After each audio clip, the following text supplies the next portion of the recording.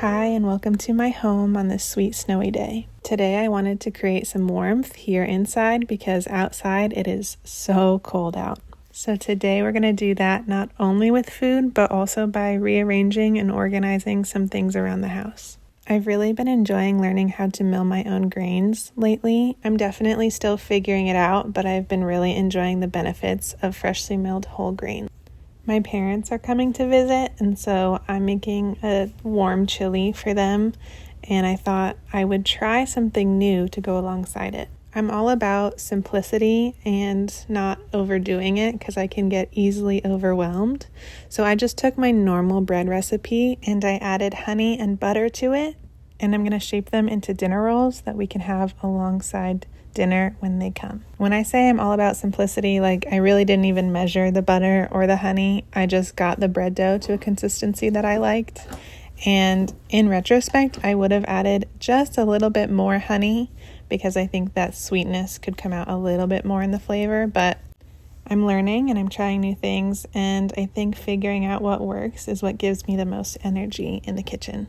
Now I'm setting that aside, and I'll do stretch and folds throughout the day as I think of it, but I'm making a loaf of sourdough for my friends, and they prefer just plain all-purpose flour, so I'm happy to do that as well. And this comes along super quickly because I've memorized the recipe at this point, so I don't need to keep referring back, which honestly saves me a lot of mental energy. One thing I love about sourdough is that you can always add to a simple recipe. So for example, this is a plain loaf, but I could very easily add some nuts or some seeds and create a seed loaf. Or fruits. One of my favorites is lemon. I do lemon zest and blueberries, maybe a little bit of sugar to make a lemon blueberry loaf. But I can also just make a plain loaf when I'm not looking for anything particularly fancy, and is always delicious. Today I'm also making banana muffins. This is a recipe from Farmhouse on Boone, so I'll link it in the description.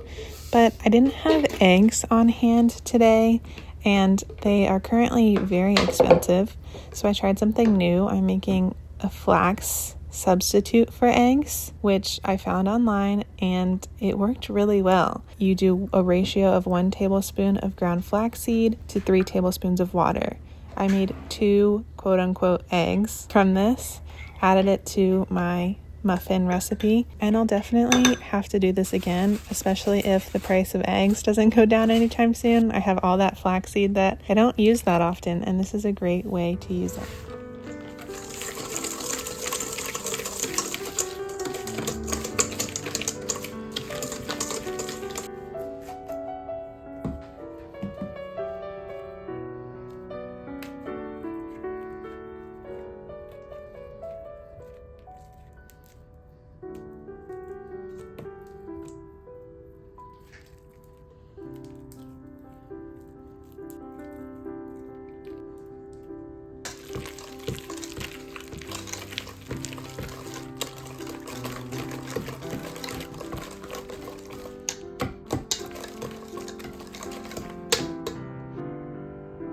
I'm also a big fan of adding applesauce to things like this. If I don't have eggs, that typically works as well. So I just added it in there for good measure and gave it a whisk.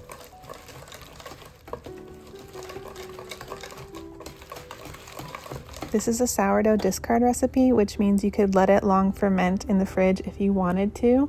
So I ended up baking about 6 or 8 muffins here, and then I let the rest of the dough long ferment in the fridge.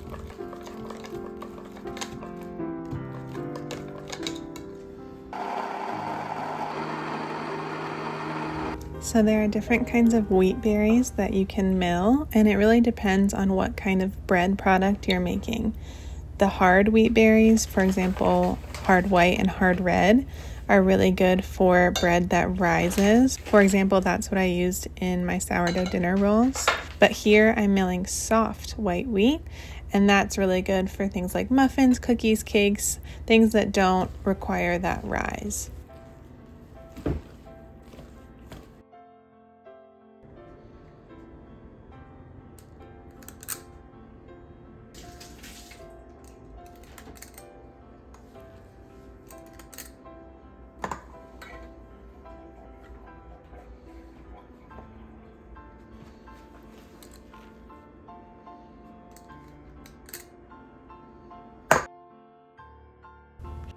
This filled the house with exactly the kind of smell that I was hoping for a sweet snowy day.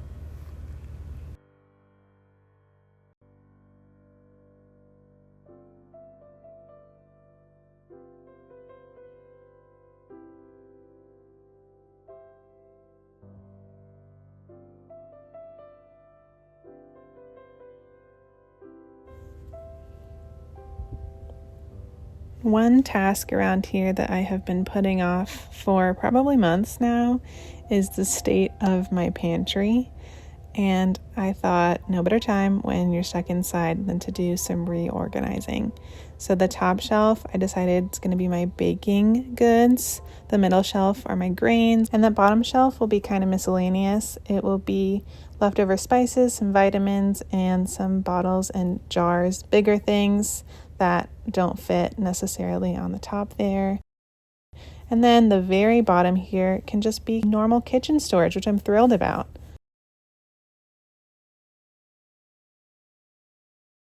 So this is what it looks like after. Compared to before, it's much more functional, which is something that I'm really excited about.